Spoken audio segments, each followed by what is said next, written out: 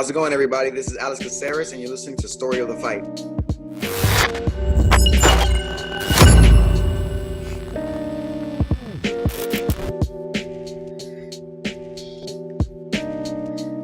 Will, what a crazy night of fights.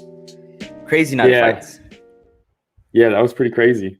You know, and there's a lot to cover, so I want to get right into it. But before we do, I want to let everybody know we're available on Spotify, Breaker, Pocket Cast, Radio Public, Google Podcasts, and Apple Podcasts. Of course, if you even remotely like our content, please like, subscribe. Goes a long way. Social media, Will? Yeah, it's Story of the Fight on Instagram and Twitter. And then on Facebook, we have a group chat that you can talk to us during the fights and stuff. Mostly Ramiro. And when I say mostly Ramiro, I mean only Ramiro. But it's the Story of the Fight chat on Facebook. And again, I've been uber active on Twitter during the fights, these last few events.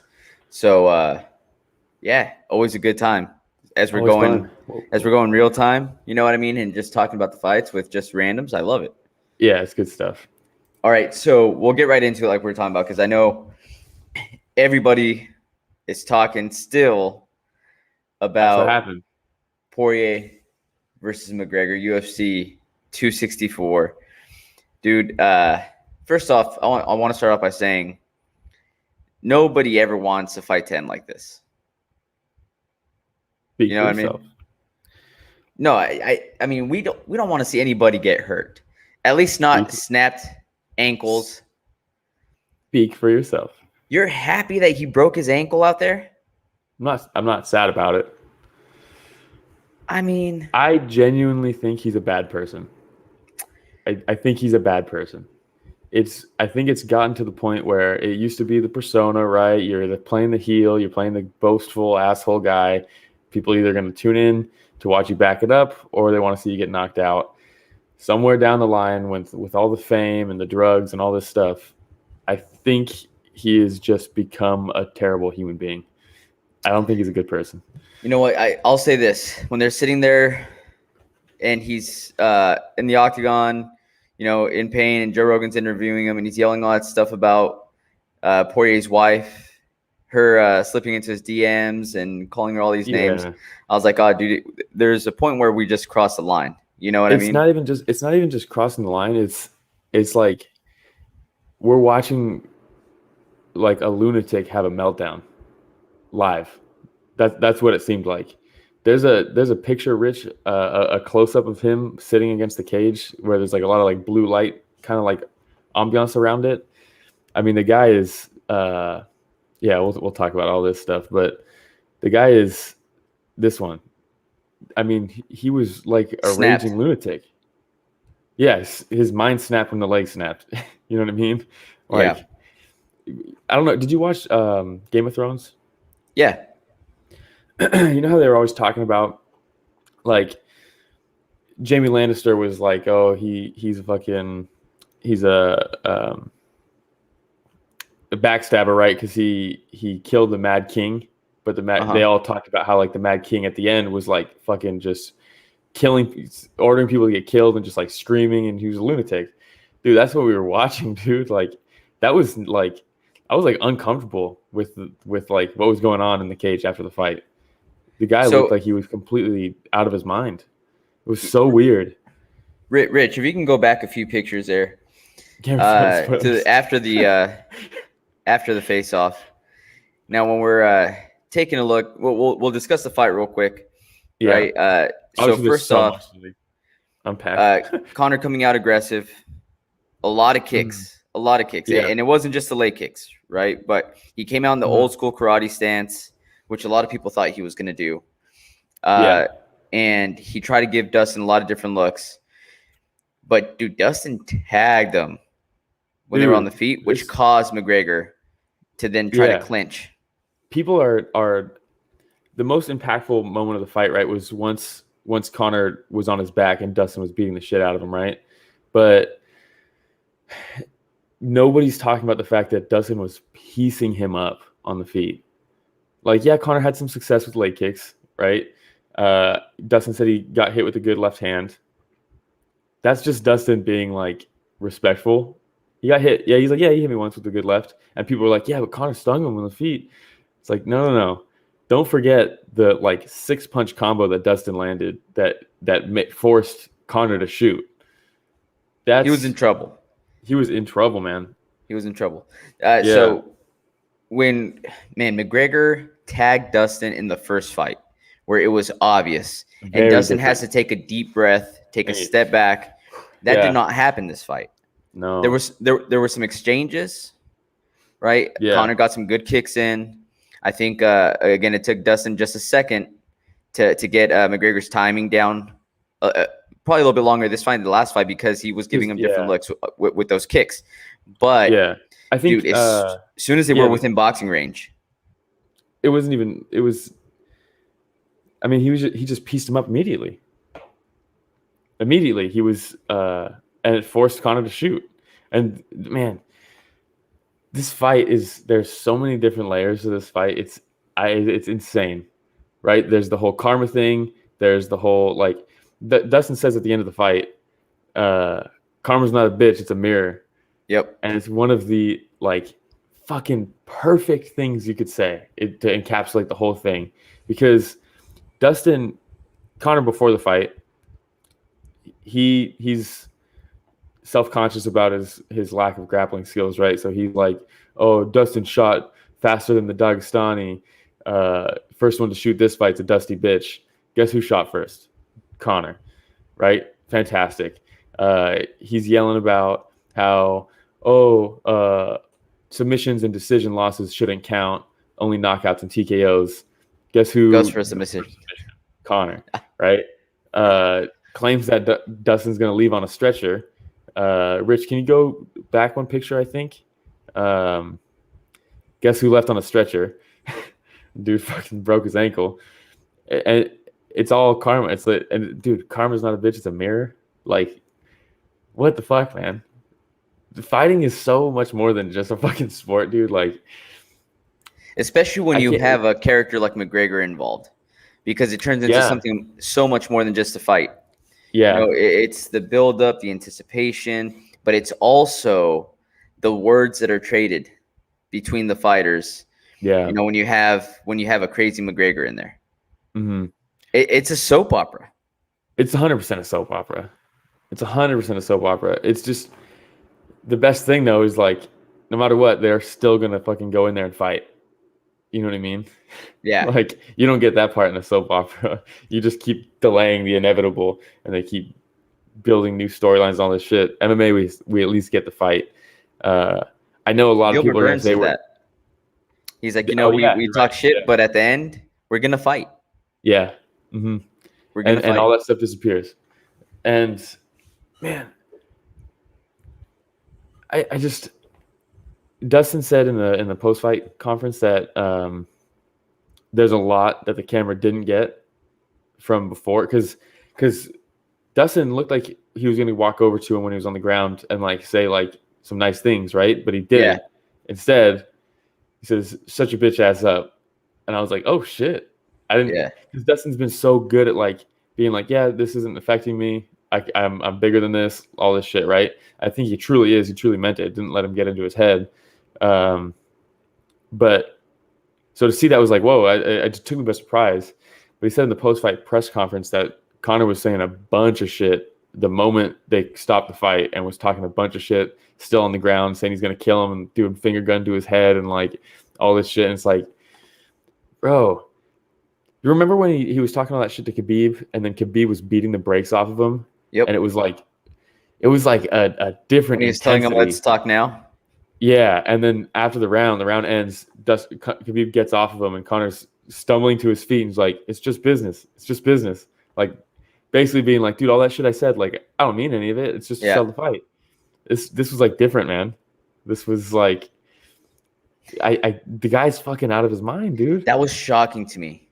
The way that he reacted afterwards, believe it or not, was still surprising to me because of that fact. Because Conor, up to this point, has been gracious in victory and defeat. Up to this point, right? He might still talk shit, like days after, but right after the fight, right after the fight, every single time, He's taken the loss very well. He's taken the wins very well. He'll go show respect. So for me, when he's sitting there, he's yelling at Herb, saying it was a doctor stoppage. It was a doctor stoppage. No, doctor stoppage. All crazy. Yeah, dude. like going nuts while his ear is bleeding. Yeah. Like it's dripping. And then I see Dustin go over there and the security guard's like keeping him away. And he's like, no, I just want to go say, like I'm good. Yeah. And then that's when he backed up. Yeah. And he started yelling stuff at McGregor. So I wonder what was said. Yeah. He said it was mostly like death threat type shit. Okay, well. He's like, I hope when we behind the scenes we'll have footage of it. Rich, can you pull up the picture that's a little blurry of Dustin's wife flipping Conor off in the cage? Dude, ride or die, dude. That's so dope. That's a classic picture. Yeah, everyone's calling it Thug Jolie now. Dude. And this is when he starts going nuts and starts yelling stuff about her too. Well, I think this was after. Was it? Oh, maybe not, because Joe's right there interviewing. Yeah, Joe's right there, and I think she was on her way out. Dustin follows her behind. Yeah. And Dustin starts trying to go after McGregor, and then the security guards are holding him back. Yeah. It's because she was walking out, flipping him off. Yeah, which is fucking classic. Man, and so like I was saying, dude, remember that scene in Scarface when he at the restaurant? Nah. Where he like freaks out. And he's like has a full meltdown. It's towards the end, obviously, and everyone's like watching him, like, "What the fuck?" No, like that's what this felt like, dude. Like he was just having a full-on meltdown, and everyone's like, "What the fuck, dude?"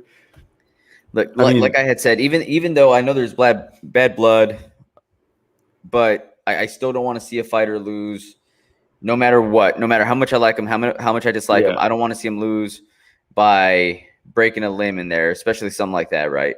And then beyond that, beyond just the fighter, like when I think about the event itself, like all these questions now, is there going to be a fourth fight? And, with the friends that we had over last night, I said, I don't want to see a fourth fight. It would have been different. We don't need to see a fourth fight. The first round, they were tagging each other, going back and forth. Maybe it was an obvious win for McGregor the first round, but it wasn't like that. Instead, it was McGregor getting mauled. Yeah, it was for about 3 minutes. It was 2 judges gave Dustin a 10-8 round. Yeah. I mean, it was bad. It was bad, yeah. And people are like, oh, but we've seen people lose the first round and continue and win. We've never seen Conor deal with that kind of adversity. Here's the thing. There's been momentum changes in Conor fights. Not one time has it been swayed for McGregor. Every time we see momentum change in a Conor fight, it's Nate piecing him up, and then Conor shoots, gets the choke. We've always seen the tides turn the opposite way. Never have we seen Conor be able to turn the tides of a fight. And I don't think he has it in him. What do you probably did earlier in his career. Do you think it was close with Chad Mendes? That's probably the closest that it's ever been to him turning the tide. But even then, not really. It's not like Chad was fucking him up, He was winning on points, but it's not like he was getting the shit beat out of him. Man, there's just so much to fucking unpack in this fight. It's the fucking karma is a mirror thing, because you see what RDA said? No. He posted a picture of Conor's foot in the boot in the cage, and was like, it's only a bruise or something like that, because when they were supposed to fight and he broke his foot and had to pull out, Conor was making jokes about how it's don't be a bitch, it's just a bruise, all this shit. And it's probably doubly great for Dos Anjos because he was the alternate for this fight, right? He weighed in. He was waiting just in case something happened. He'd jump in. To see this happen is probably pretty sweet for him. There's a lot of people coming out of the woodworks celebrating this, and it's kind of surprising. A lot of fighters celebrating this. Yeah, and maybe everybody's kind of just tired of it. I'm fucking tired of it. I'm exhausted of it, dude. And it's just like a tired thing because it works when you're winning, right? Yeah. But not when you're losing and you're not. I mean, I saw a bunch of people say, "Oh man, end of an era. This is the end of an era." Bro, this era ended 5 or 6 years ago. It hasn't been the Conor era for 5 years. It's exactly what we talked about last time we were watching the fights. We're talking about why it is that we liked Conor McGregor, because it was the over-the-top personality, right? Yeah. And he backed it up. And he backed it up. Yeah. Mystic Mac, I'm going to knock him out in the first round. I'm going to knock him out in the second round. We'd see it happen. He would back it up. Yeah. When you've won one fight against an old Donald Cerrone, Cowboy Cerrone, no disrespect to Cowboy Cerrone, but when you've won one fight in the last, 5 or 6 years? Way past his prime. Yeah. Dude, at some point, it's just nothing but hype. You have to point out the fact that it's nothing but hype that's behind the name, and by the way, whoever makes the build-up videos for UFC is fantastic. You're talking about the trilogy one? Yeah, that one. Holy shit, and the man, stuff that ESPN covers, like even with Max Kellerman. No. No, so there's something right there. No, the thing that Max Kellerman said on there is that at a certain point, if this continues, the legacy is going to be how big of a draw McGregor was instead of the stuff that he actually did in the octagon, because he's only won once in the last 5-6 years. Yeah. And I thought that was a really valid point. Yeah. Yeah. So what do you think happened with the break? Because he clearly didn't break his foot trying to throw a punch. That's not possible. Oh, man. No. That's not what happened. I know it was with the leg kicks. Checked it.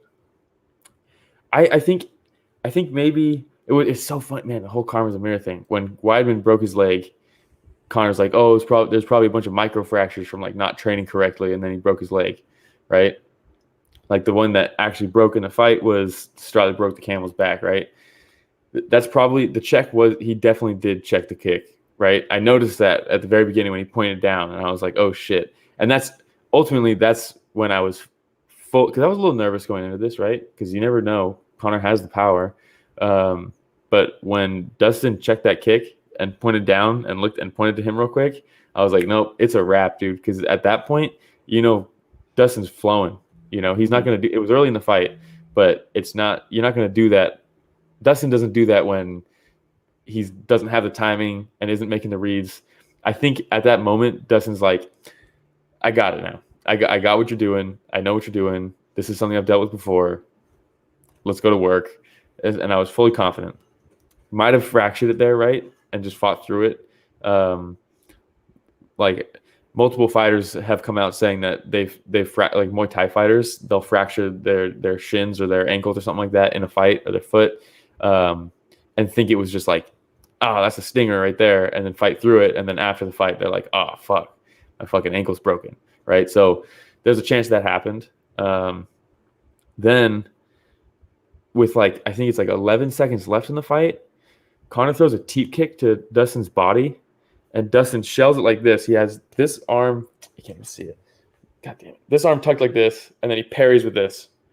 But the front of Conor's ankle hits right on the elbow of Dustin.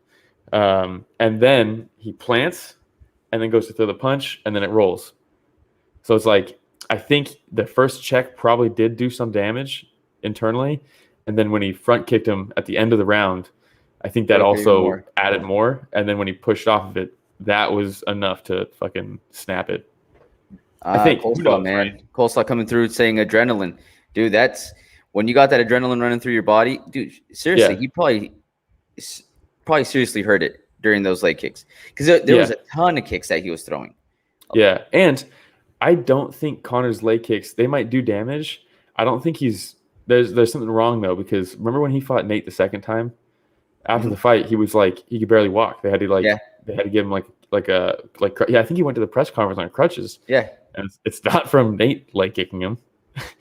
No, for sure. It's 100% from his own kicks. I don't know what he's doing wrong, but it's something, right? Yeah, and one of the things that I went away with too, we have Dana White saying that Dustin Poirier is next against the Bronx for the title.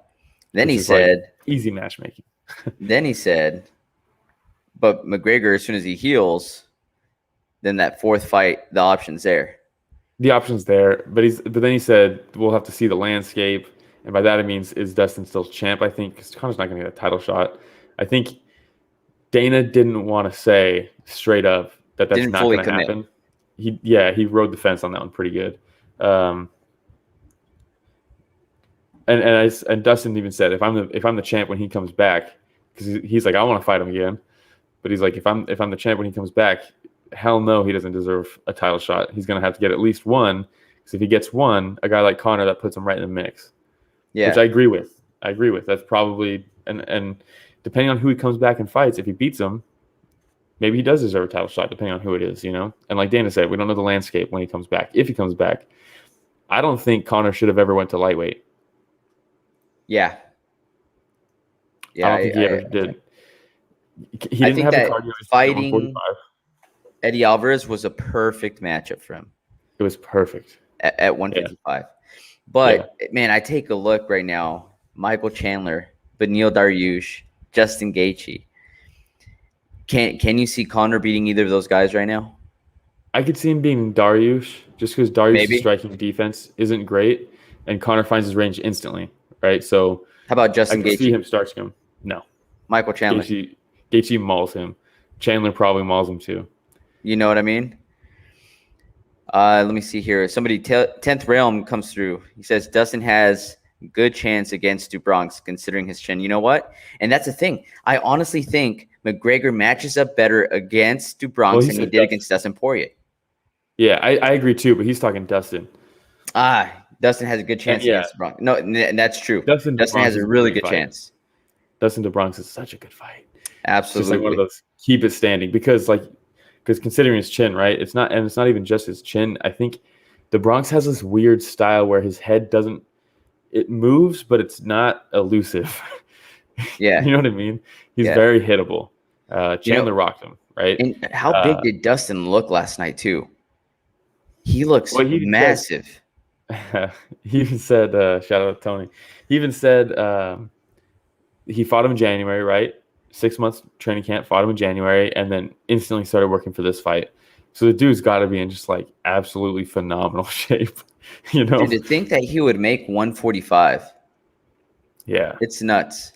Yeah. It's crazy, because when you talked about how big he was, I was like, man, this is probably another reason that Conor probably should have been fighting at 145 this whole time. But then I was like, but Dustin did too, So, like, I'm not saying that's an excuse for Conor. I think he would have continued to have more success at 145. I know it was a hard weight cut and shit, but that goes back to, I think, Conor's disability to his inability, I should say, to deal with adversity. Yeah. Right?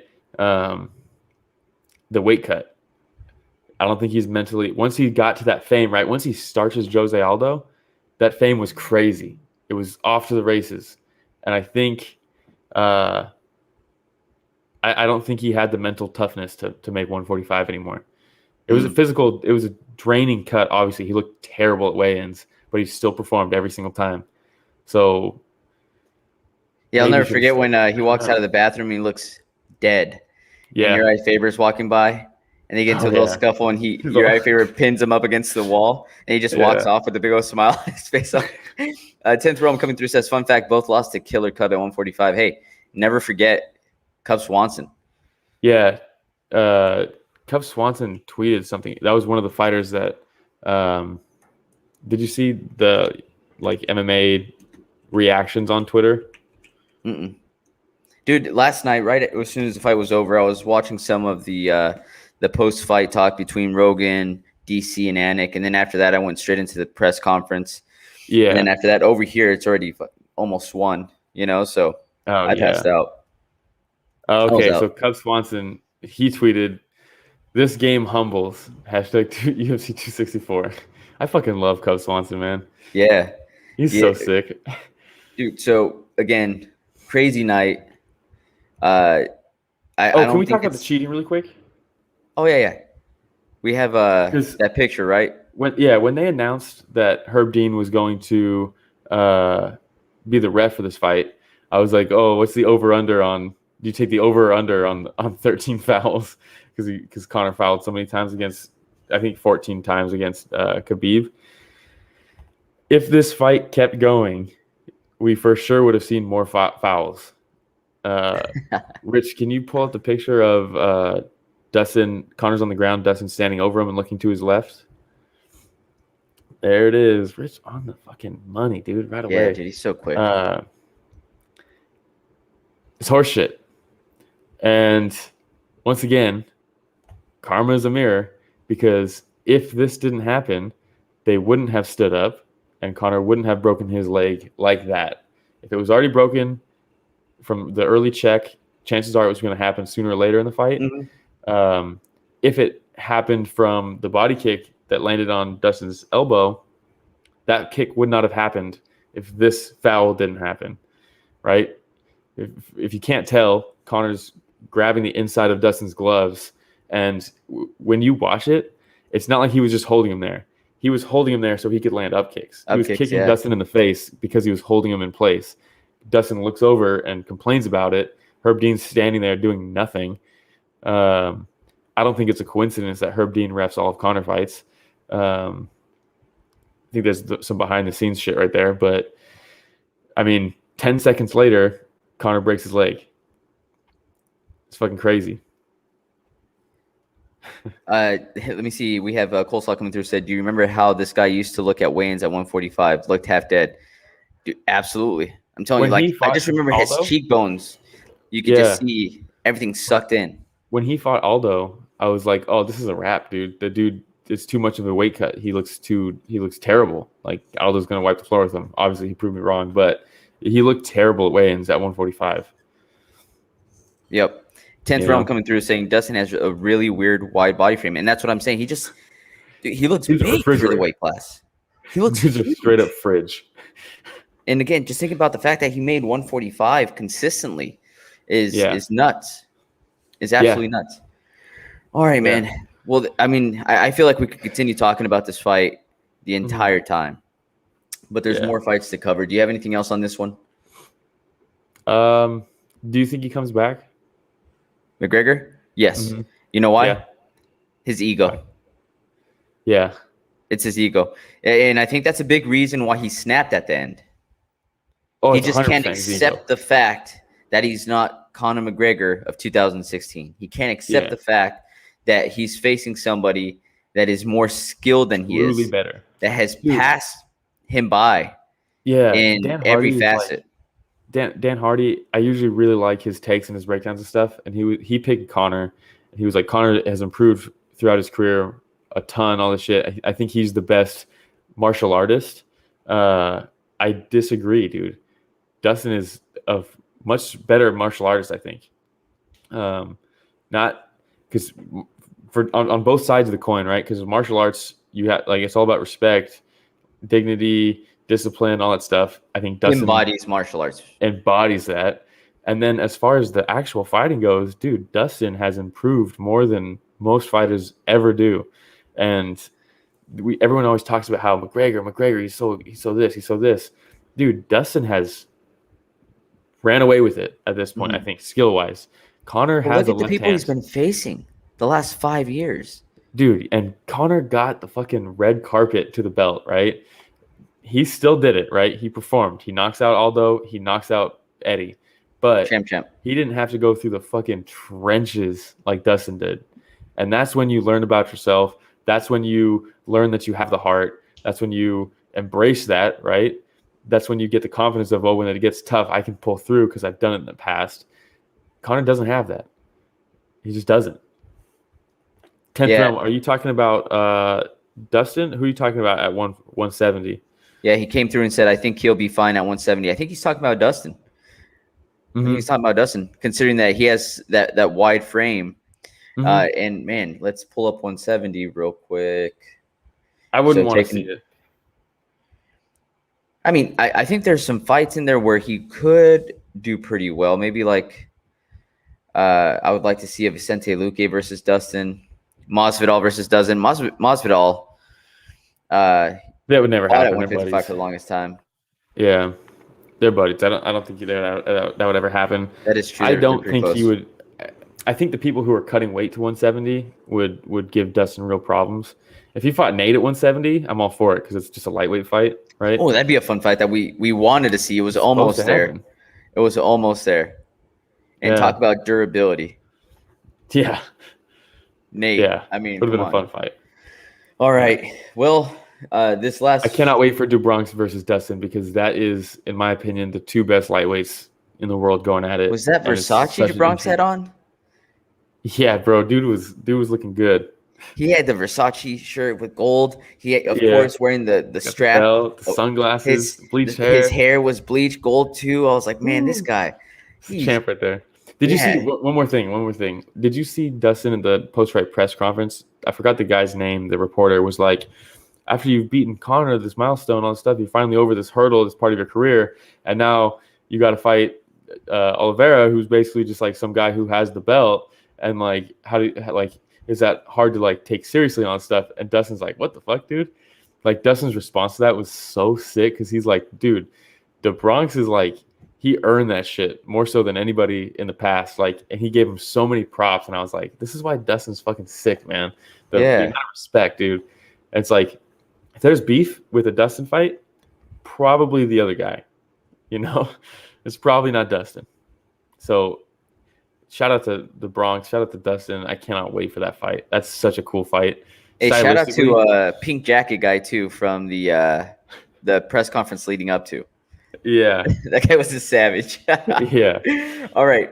The fight before this, we had Gilbert Burns versus Stephen Thompson. So first off, with these two fights, I was 0-2 picking these two fights. My Conor McGregor pick streak continues, where I cannot pick a Conor McGregor fight correctly. Yeah.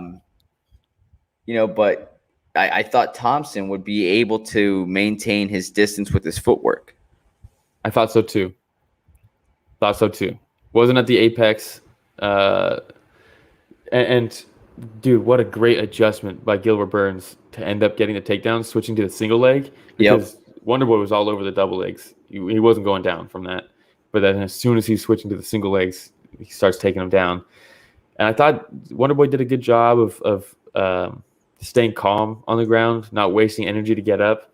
It's one of those things like you can't induce a scramble to get up against Burns because he'll find something. He'll find a limb or a neck. He'll get you. So he did a good job off his back. I thought it was just dude. So it's crazy because most people when they fight Wonderboy, when they're standing, they freeze, right? Wonderboy's able to do all these crazy things because they don't want to get involved. They don't want to get fucking lit up by his crazy strikes. So they take it real slow. They don't make any mistakes. They don't want to overcommit on anything.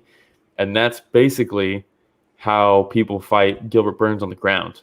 And it was interesting to see Wonderboy be stifled like that in the realm of ground fighting when most people get stifled like that against Wonderboy when they're on their feet. And it was a weird, interesting. This is a great matchup, and people. I was very impressed by Burns. Yeah, Dana shit on the fight. He was like, "Yeah, it's just not a good fight." This was an edge of my seat fight. I really enjoyed this fight. Probably not going to rewatch it ever, but it was while it was live. I was like, "This is fucking very interesting," because it was Gilbert Burns is the Wonderboy on the ground. You know, they're the same fighter, just different disciplines. And I think. Who was it? Somebody we interviewed, remember, said it's a matter of two people trying to impose their will. Yeah, I think that was Bruce Leroy. It was Bruce Leroy, right? When we interviewed him. Hey, if you guys haven't seen it, check out the Bruce Leroy interview. It's fucking fantastic awesome. Fantastic interview. Guy's so cool. This is a perfect case of that because we have people that are like, Stephen Thompson, Wonderboy, you're a kickboxer. Get off the cage. No, he wants to get off the cage. Trust me, he doesn't want to be there. But you know who wants him there? Gilbert Burns, because he doesn't want to give him that distance. So this was just a classic chess match. And who's going to impose their will more? And in this case, Gilbert Burns imposed his will. And what's crazy is he imposed it maybe like 60% of the fight was him imposing his will. And then 40% was Wonderboy. Like, dude, the second round, I don't know how the scorecards. I think two of them were 29-28 with the second round going to Wonderboy, right? All three had it 29-28, second round going to Wonderboy, which I agree with. I agree with 100%. Late takedown in the second, but not much with it, right? At the end of the round, takedown at 30 seconds doesn't do much for me, right? No threat at the end of the takedown. But so I was like, oh shit, man, we got round apiece. Let's go. I almost want, this is my bias for Wonderboy, but I want Wonderboy fights to always be 5 rounds because he needs time, you know? He's doing so many reads and stuff. Like, rarely he's going to win a first round because he's analyzing, he's laying his traps, all the setups and stuff like that. But, man, that third, it was like, all right, who's going to impose their will? And, man, Wonderboy had his moments in the third. It's not like he got outclassed in the third. He caught him with that big right hand when Gilbert Burns was doing like a little bit of a shuffle and head movement on the outside. Bop. It was like, oh, dude, your cameraman's doing such a good job of following you. I know, man. Just like Wonderboy, you know? But, yeah, he cracked him with that right hand, landed that wheel kick, knocked him down with a wheel kick. Was that in the first or the second or the third? I think it was the third, right? No, I think it was earlier. I want to say it was earlier in the fight. Yeah, where he stood up smiling. Yeah. And in the replay, it was like, oh, that was... He got him. He maybe got up smiling, but that heel went right around behind the ear. Yeah, like, he got him. He got him, man. Hey, and Stephen Thompson, probably one of the prettiest fighters. Like, he's walking out, and got then a great jawline. That's all the thing. Like, the only thing that the girls that were at the house were saying were like, he is too pretty to be fighting. Yeah, he is too pretty. And I was just like, you know what? He is. Let's go, Gilbert Burns. Do it for the rest of us. Yeah. Do it for all those ugly guys. No, but dude, Stephen Thompson, he still has a classic karate stance, the footwork, and they're like, what's left? This is it. If he doesn't get this one, there's no more run at the title. I don't think that's the case. I don't think that's the case. I think he has one more run at the title, 2 more wins, and he's there. But it's so frustrating considering that he is the only one in the top 5 that hasn't gone to crack at the belt, right? Yeah. Well, Leon, yeah, but yeah, because I think Wonderboy stylistically matches up with someone like Masvidal, obviously, and beats him, right? I think they fought before, right? I think so, yeah. I mean, I don't think this is the end of the road for Wonderboy by any means. No. Yeah, he beat Masvidal, and I remember him outclassing him. So, all right, man. Fun stuff. Anything else on that fight? It just sucks because now it's like, okay, who does Gilbert fight? I think we talked about this too, right? When we were making our picks. The logjam. Yeah. This is the worst case scenario. Usman it's great for Gilbert, and I'm happy for Gilbert, right? Because I like the guy, but he seems like a super nice guy. Yeah, but like, what are we gonna do? Give him a title shot now? He has to fight Masvidal. What if Masvidal beats him? Does he get another title shot? Like, come on. Yeah, I don't know, man. But here's what you do. Actually, makes so much sense. It just came to me. Finally, you give Leon the title fight. Yeah. And then Colby versus Gilbert. Oh, there you go. Easy work. They're not going to do that because they want the weird, like, race war pay-per-view buys. But drama. Whatever. The soap opera. Soap opera. Right? Yeah. All right. We'll move on to the next one. I was really excited for this one. And I don't know if you remember. I jumped out of my chair in this fight. I don't know if you remember. I said, this is the fight. This is a fight where Hardy gets KO'd. Yeah. This was the narrative of the night, kind of, is like the good guys winning. You know? Rarely do the good guys win.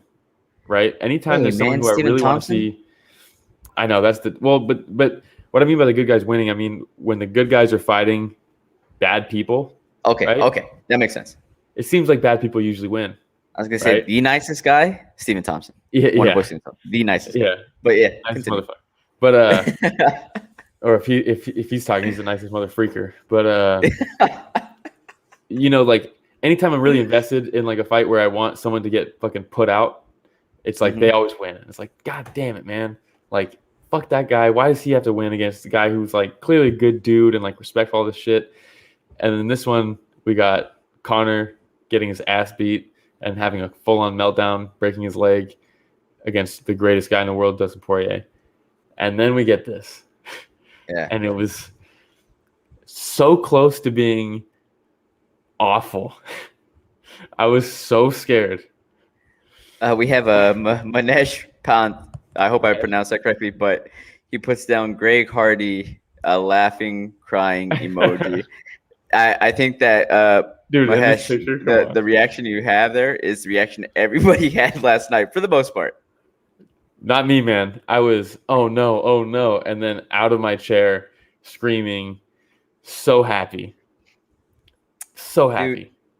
Dude, but and then it just kept I going. knew it. It was just, I knew this was going to be a slugfest. I knew it. yeah. But Tai Tuivasa is not somebody to mess with. This is something I tweeted out last night after that KO. You just don't mess with Tai Tuivasa like that. You have to have some strategy going in. He was like, at the end, he's like, he cracked him, man. Look at that shot. He was like, yeah, he came in here, wanted to stand and bang with me, picked the wrong another bloke. Yeah, find another bloke. Awesome, man. Fantastic. Fantastic. Tai Tuivasa, he got cracked. His feet were gone. He wobbled, and then 1 second later, 1 second later, he literally got wobbled. Hardy comes in for the kill, left hook, down. Well, think about the guys that Hardy has done this to in the Contender Series in his first fights, where they were spoon feeding him. Because when Hardy was cracking pulls like that, no. Usually, when somebody's feet was going out from underneath him, Hardy was able to finish rather easily. So he gets overzealous. He sees he wobbles him. He starts coming in, and Tuivasa is like, "Here's this left hook straight to your left eyeball." And I think he probably broke his orbital. Oh, do you see how swollen he got? Just like that. Instantly. Yeah. Look at this. Oh shit. Beautiful. You love to fucking see it, dude. And then the post fight. Tai Tuivasa, man. He jumps the cage, does the shoey on the cage, beer all over the mat. Look at that. You know? And then beer was everywhere. It was all in the cage. All over the place.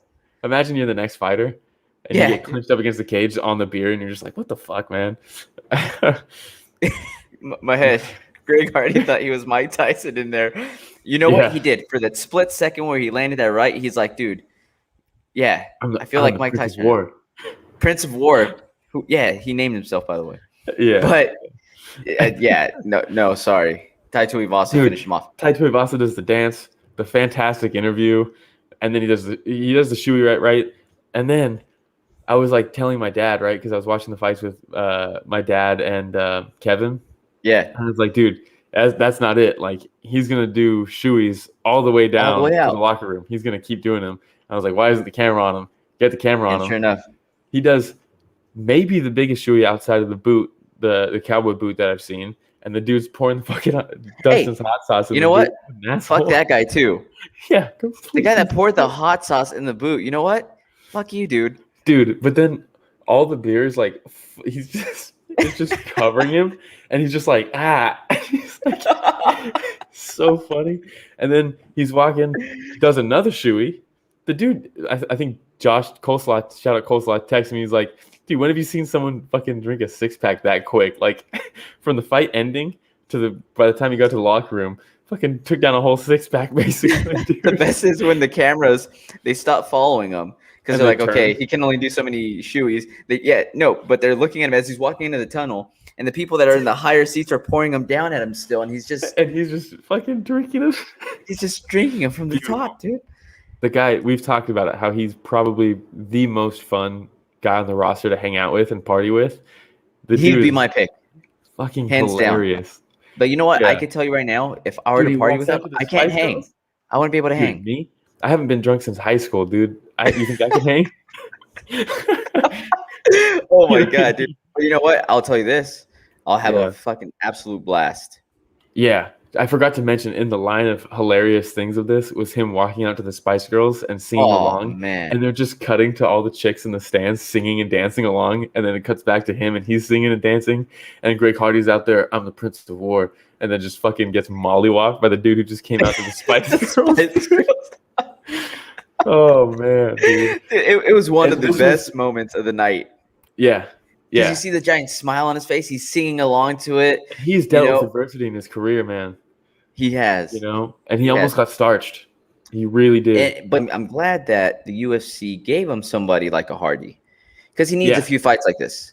Tai Tuivasa is not the most technical fighter on the roster. He's not the most technical heavyweight.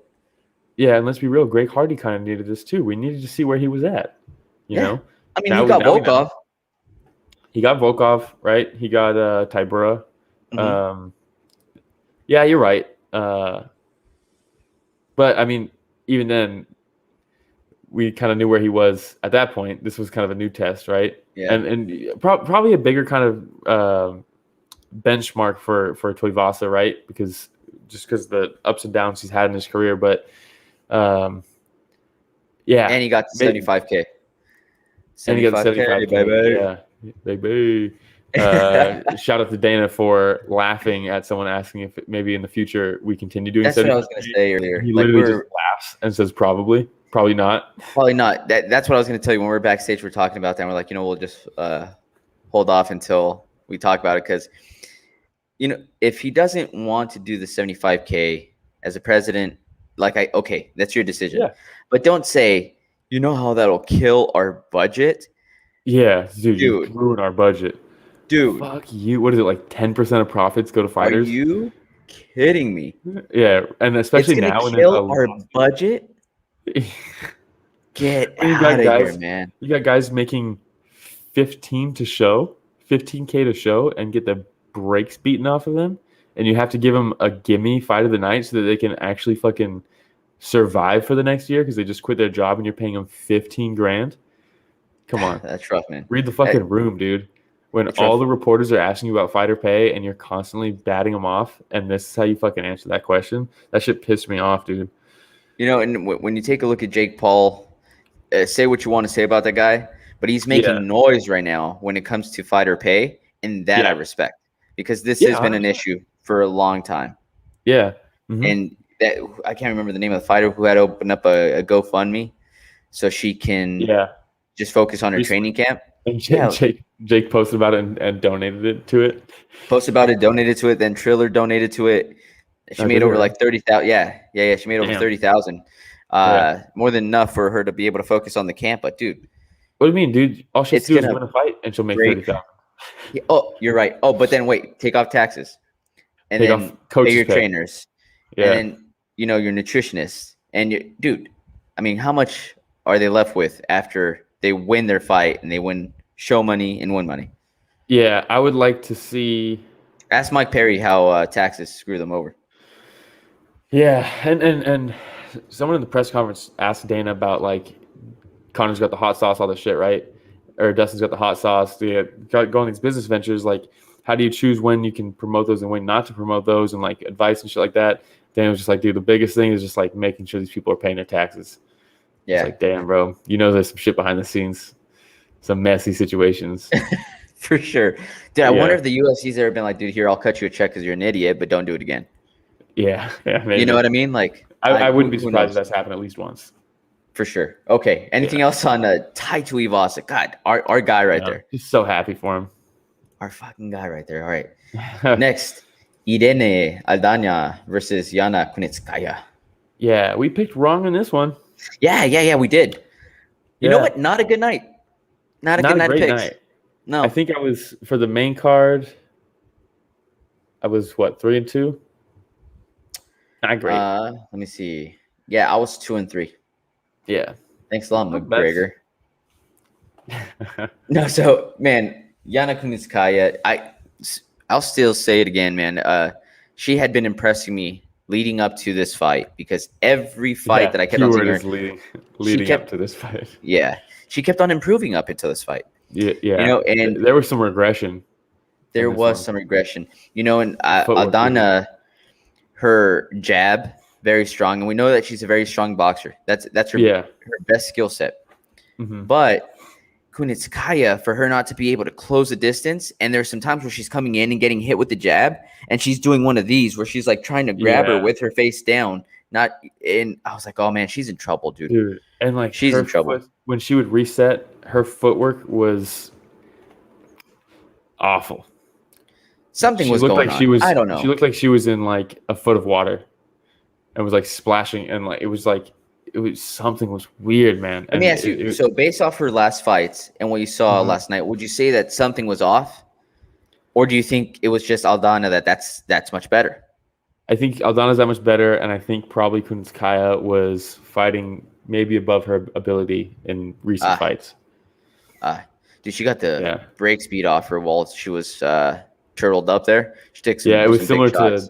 to. It reminded me of the Tapuria Brian Hall fight, but the position at least. But shout out Aldana, missing weight, winning, and then then Dana wanted to pay her a bonus, and he's like, didn't know she missed weight. Know a fighter on the main card of a pay-per-view didn't make weight. Yeah, that was a rough moment. Dropping the ball. He's like, I should pay more attention. Yeah, it's like, yeah, dude. You should also pay your fighters more. Oh man, but I don't have much to say about this fight. No, I mean that's pretty much it. Oh, other than can we stop calling lead hooks check hooks every single time? Last time I checked, you can't throw a check hook when you're moving forward. But DC seems to think that every hook off the lead hand is a check hook. DC, also somebody get him a bigger shirt. Get a bigger shirt and maybe start commentating professional wrestling. He would be money on that though. He would be great at it because it's basically what he's doing now. But man, I don't know. You don't think that's a little rough? He has his moments. Yeah, a year ago. You feel like he's getting too comfortable? Way too comfortable. Way too comfortable. Way too comfortable. I still love DC though. I love him. Him and his buttons are about to pop.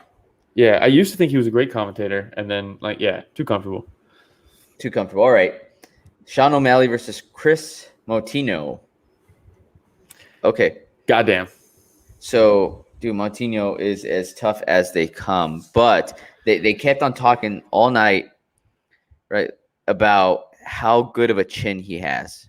And they're just like, oh my God, his chin. I can't believe he's taking all these shots. And they were praising his chin. And you know what? He has a good chin. He's got a great chin. Maybe one of the best I've ever seen. But at the same time, I was uncomfortable watching this fight. I was very uncomfortable. I was uncomfortable watching this fight. I see a lot of people. Sean O'Malley's one of those guys that people love to hate him, right? A lot of people are making fun of him for not being able to knock out a can, right?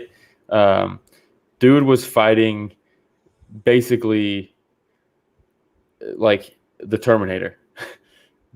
We know Sean O'Malley hits hard as fuck.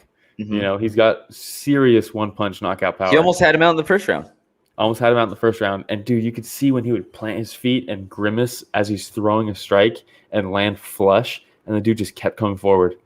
It was insane. And man, O'Malley had pretty much a flawless performance. His striking, his angles, the difference in the defensive ability of these two guys. Dude, O'Malley's, anytime he's backed up against the cage, which was a number of times, he fakes right, fakes left, ducks under, and then he's out on the left. And you're like, God damn, man, he's slick. He's fucking slick, dude. Hey, in all fairness, Moutinho, when he was walking straight with no head movement, was blocking all the shots with his forehead. True. Except that one. Dude, no, but seriously though, I was like, give me some head movement, my man. Give me some feints. You know what I mean? Maybe threatened by changing levels and then coming back up top with something. Just give me something else other than the high guard and walking straight forward where everything was just going flush straight down the middle. Dude had to be severely concussed 2 minutes into the fight. Severely. I don't hold anything against him. I can't imagine what's going through your mind in that moment, and I don't think much is. I think that's full on autopilot, dude. That's autopilot on a guy who this is the biggest opportunity in his entire life. Just quit his 40 hours a week job at a paint mixing company. That's a rough job, dude. That's not great for your brain cells. And man, for this your is a first life-changing fight, opportunity for him. For your first fight, you go to a press conference, or not a press conference, I'm sorry, a weigh-in. Yeah. Where you have thousands upon thousands of screaming fans. Conor card. Against Sean O'Malley, who has a big following as well. You hear the crowd cheering him on when he stands up there and starts going nuts. And then when you're walking out to a sold-out T-Mobile Arena, over 20,000 people just screaming and yelling. Think about just the craziness he must have felt. Yeah. Um, this guy's blue collar as it gets. Gotta love it. Coleslaw. For real, Go coleslaw, man. Yeah, I mean, dude, he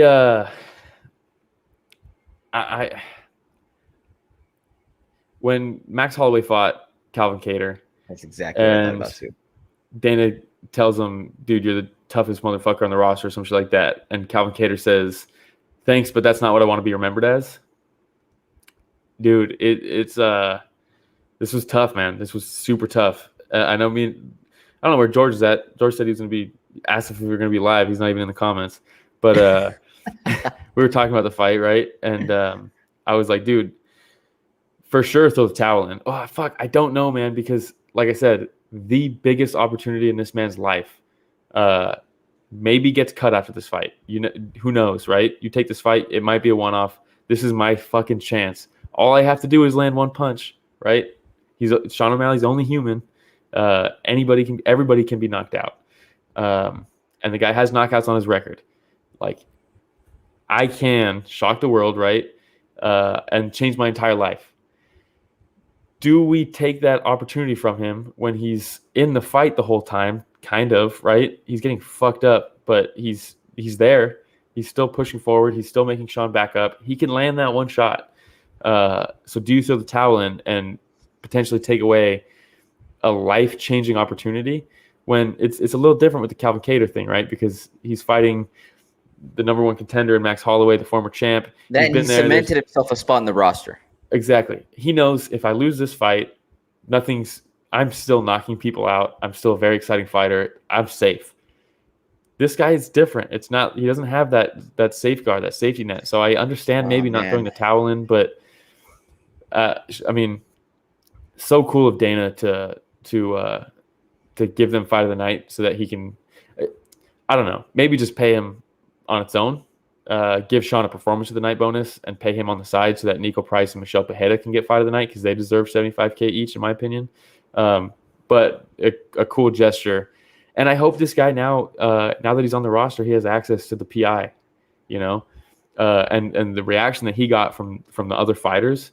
This dude earns so much respect that I hope good things are coming to this guy. I hope he's able to maybe find a bigger camp and get some real, because we've talked about 100 times.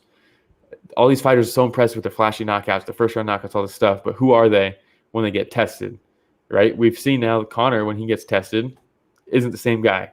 He can't push through that. We know that this guy can push through that. This guy got a check mark. You know what I mean? Like, he knows that you're not fucking putting me out. So if he can tune up some things and just get some more skills added to his arsenal and put things together, because we know you're not going to put him away. You know when he gets tough, he's going to be there at the end of the fight. Hey, imagine Sean O'Malley too, just like, dude, what do I have to do? Because he hit him with some big shots, man. Dude, Max Holloway has the most strikes landed in a fight against Calvin Kattar. He has the second most landed in a fight against Brian Ortega. Then it's Nate Diaz against Cowboy, and now it's Sean O'Malley is 4, right? He's technically the third guy because Max Holloway has 1 and 2, but 230 strikes, that's fucking insane. It's insane. I don't think people really realize how insane that is. I mean, and at the accuracy that he was landing, over 80% accuracy on 230 strikes, that's unheard of. Yeah. That's unheard of. Okay, let me ask you this. How'd you feel about the stoppage? I disagree. I think it's a foot in the door and a foot outside. If you're gonna stop it there, you stop it way earlier. At that point, you've already let it go. 30 seconds. The moment to stop it standing at that point is past. Let the guy get his 30 seconds. I mean, he already went down as, dude, he's like a hero. You know what I mean? Like, people wish that they're that tough. You know, people think they're that tough. Most people aren't that tough. You know what I mean? I fucking passed out and hit my head on the oven on the tile floor yesterday morning, fucking doing the dishes. You know what I mean? I'm not that tough. Sean O'Malley puts me out with one strike. That dude's tough as fucking nails. Yeah. You know? You know what? Every person wishes they had a little bit of that in him. You know what I mean? I was upset with the stoppage at first. Okay, because I thought and it's not I the thought worst stoppage. He's it's trading because he was trading. True. They were engaged. They were trading, and I said it's not that he's not intelligently defending himself because he's fighting back. He's striking back. Yeah. Mm-hmm. But at the exact same time, I started thinking, is your job as a referee seconds left? I should have stopped it earlier, or realizing like, oh shit, this guy's getting the break speed off of him. Like I just can't see him absorb any more shots. I don't know. I guess I'm just playing devil advocate in my head too. Because it's tough. It's tough, right? Because where I'm coming from, it's almost like a pride thing, right? But like in those last 30 seconds, is he going to do something to win the fight? Probably not. So does he need to take more shots when OMalley was clearly putting it on him viciously when they did get the stoppage? And does he need to take more shots? No, he doesn't. It's tough, man, because like my heart is like you let him finish those 30 seconds and have that feather in his cap. Was saying, "Let me finish those 30 seconds." Yeah, because it's not like having that feather in his cap, right? Yeah, it's not like he wasn't conscious or incoherent. Like as soon as he stopped and pulled him off to the side right away, he was like, "What are you doing?" Did you see DC's Instagram story? No. Because he went to the hospital, right? Mutino went straight to the hospital. He got cleared. Yeah, he got cleared. He got cleared? He got cleared. There's a video of him sitting. I don't know if he went back, right? Because they were early, so he probably wanted to go back to the fucking venue and watch the fucking Conor Dustin fight because he's probably a fan. And he's sitting at a table eating a fucking ice cream sandwich, which probably is the best thing in the world after a fight like that. A fucking ice cream sandwich. Like, dude, it's got to be the most comforting thing in the entire world. And his face is so swollen, and he's sitting there eating an ice cream sandwich. And DC walks over and he's recording him, and he's like, bro, like telling him, just like, dude, you're the most savage motherfucker I've ever seen. Like the toughest shit. Like fucking hold your head high. All this shit. And he's just sitting there looking up to DC. Dude, 2 weeks ago, dude took this fight on 12 days notice. 2 weeks ago, he probably would never even dream of being in that situation. 2 weeks ago, he was mixing paint, like you said. Yeah. I mean, fucking what a sport, man. And he gets an extra $75K. I don't know what he was paid. Maybe I hope it wasn't just the fucking minimum $15K to show, $15K to win. I hope they paid him extra just to step up. Maybe, but I don't know, man. He stepped up and saved you. They did not want to cancel an OMalley fight on this card. Hell no, did they want to cancel another Sean O'Malley fight. So him stepping up and saving it, because even Sean said nobody on the roster took this fight. Nobody on the roster wanted this fight. This fool stepped in. And I hope he got more than $15K up front. But the dude just got more money than he's probably ever seen in his entire life. You know? Yeah, so after, let's say he gets paid 15, then he's 90K again, though. Taxes, coaches, nutritionists, whatever. That's life-changing. That's life-changing money. That's hey, I can find a job in Vegas, move to Vegas, and start training at the PI and getting world-class coaches, world-class strength and conditioning, training, all this stuff. I mean, I hope this is life-changing for him, because he's like, fuck, man.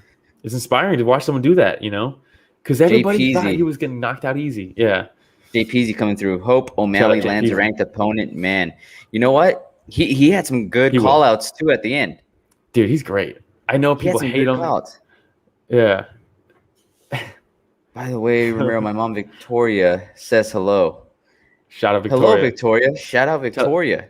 Tell her to subscribe.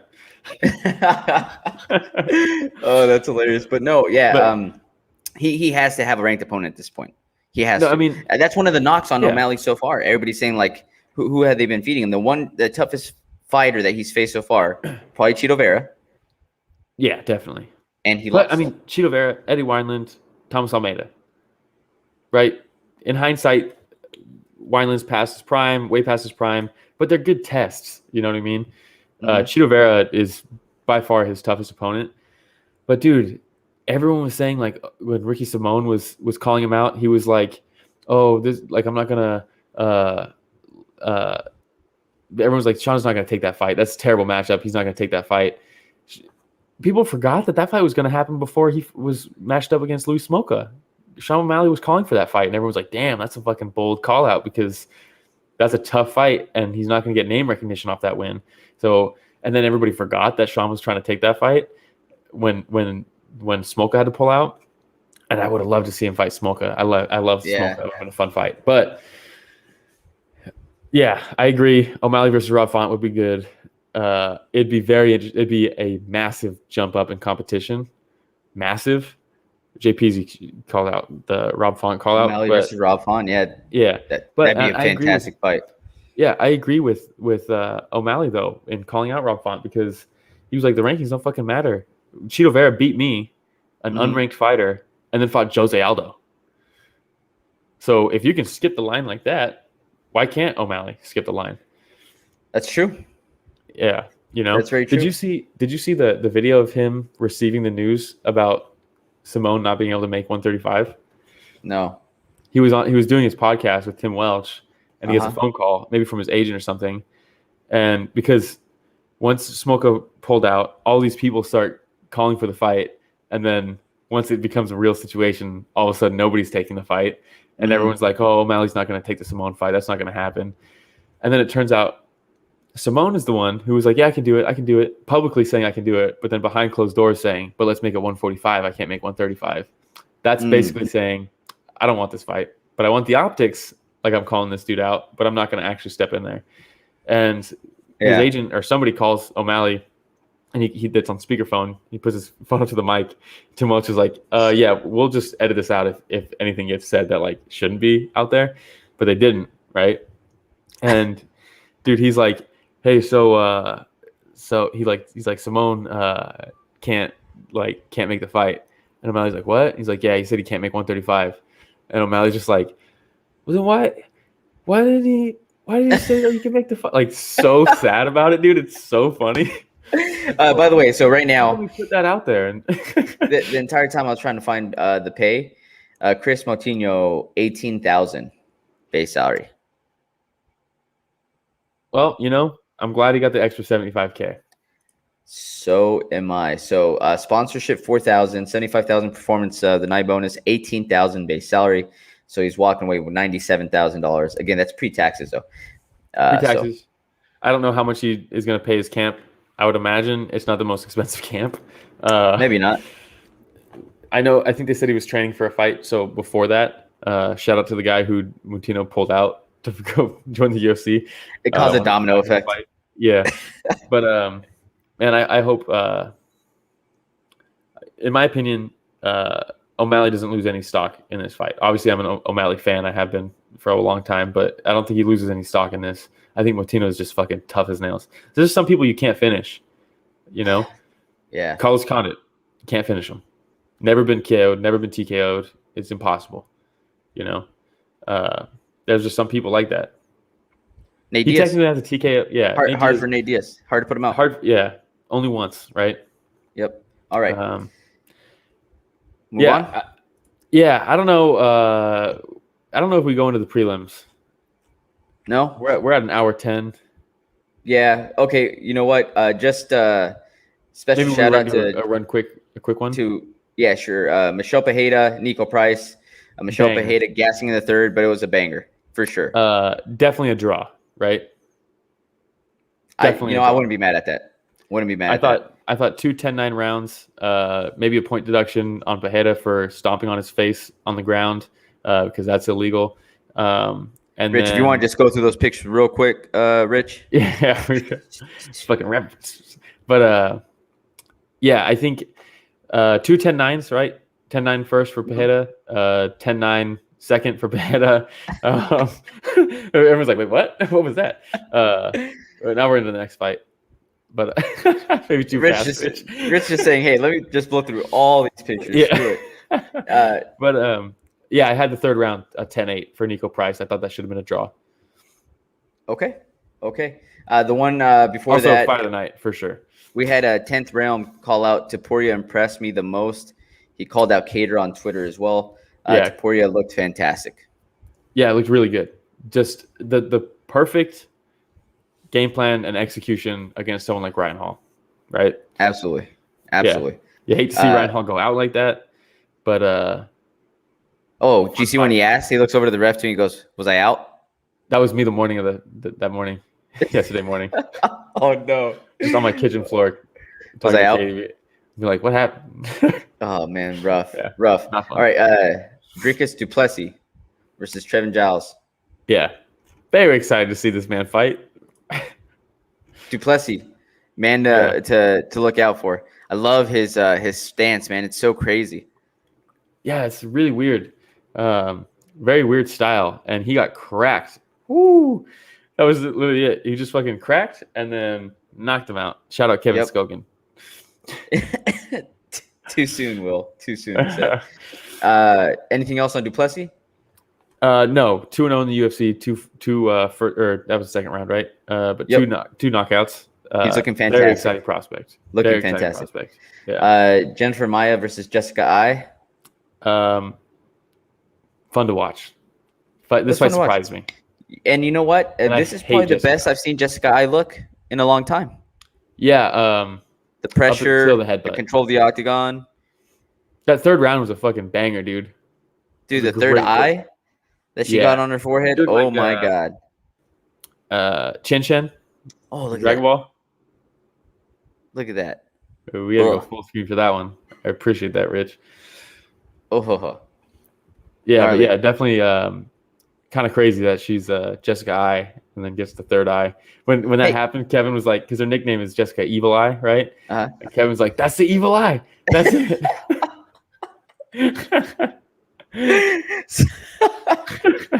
That's hilarious. Yeah. But was it just me, or like after they wiped her off at the end of the fight, was that her skull? I don't know enough about the anatomy, but that's what I thought. I thought that too, because that probably right. I mean, you know what? What else is there? I took anatomy in high school. Yes, that was it. Yeah, that was it. Yeah. All right, and then anything else you want to cover? Since we're just blowing through, we're not spending a ton of time on him. Zumagulov, fantastic performance. Oh, dude, that standing guillotine, nasty, dude. It hurt my neck. It hurt my neck. It was bad. Yeah. And then Akhmedov, dude, I would have loved to see Akhmedov go to the body a lot more. Yeah, Tavares looked great though, man. Tavares looked so good. All right, one last thing coming through here from JPZ. He says, guys, pay attention to Arnold Allen, number 6 right now at featherweight. Used to train with my best friend in Essex. This guy has been around for a few years, but he's due a big fight soon. We've been high on Arnold Allen for sure. Yeah, for sure. That's a great shout out. No, excellent call there, JPZ. All right. Who was his fucking last fight? Sadiq Yusuf. Yeah, and it was fucking. That's what it was. Because fuck Sadiq Yusuf, and that was one of those fights where I was just like, thank God this fool took him out. I was rooting for it. I was heavily invested in that one because fuck Sadiq Yusuf, and but he's dangerous, right? Yusuf is dangerous, but Arnold Allen just fucking ran through him. Masterpiece. Yeah, it was a masterpiece. Definitely someone to look out for. All right, in a stacked division. No Will's wisdom this time. We figured it was going to be a little bit of a longer podcast just because we had a lot to say. You know, and I'm sorry if it wasn't like the best breakdown of the McGregor Poirier fight. I'm sorry if it wasn't, you know, like us breaking anything like technical down. But it was such an emotional fight for a lot of people. Too much to unpack in that fight. We could have done an entire episode of just that fight if we wanted to. Yeah, and just the real quick moment of silence for the card. Yep. We lost the OMalley Smolka fight, right? We lost a fight early in the there was supposed to be the opener, and that got canceled because of COVID, like the day of. Yeah. And then Sean Brady sad about this Kevin one too. Lee. Sean Brady versus Kevin Lee. They rebooked it, I think, or they're trying to rebook it. Okay. I don't know if they did yet, because that's such a great fight. I don't think they did, because usually it'll say on the side, right? August 28th It's booked. Great fight. Oh, that's the card that's headlined by Edson Barboza and Giga Chikadze. Oh my God. Shaping up to be a good card. Yeah. All right. Well, do you have anything else, Will? No. Thanks this was sick, having so much back and forth in the comments. Coleslaw, really of course, man. Super loyal, always coming through. 10th Realm. Greatly appreciate it. We have Mahesh Panther made me laugh with the Greg Hardy comments. Kristen, JPZ, Skogan, of course, Tony. Really appreciate everybody. So that's it this week. Don't forget to subscribe, For sure. Goes a long way. It's super fun. And every Sunday at 9 a.m. now, we're doing this. So 9 a.m. Pacific, 11 a.m. Central, 9 a.m. Pacific, 12 Eastern. Yeah. Or shout out 10th Realm. Tupuria is he really impressed me, man. He figured out a puzzle that nobody has yet. 10th Realm just gave him a shout out for a future contender. The guy is very impressive. Topuria might be the future contender for sure. Man, seriously, how exciting is the UFC right now with all these young fighters? Kevin Skogan said, Ramiro, slip in my DMs. I don't know if you're asking me to slip in your DMs or if you're saying I did slip in your DMs and you're accusing me very much like McGregor did of Miss Jolie Poirier. So we'll leave it at that, though. Thank you, everybody, for listening another week of Story of the Fight. Skogan, classic.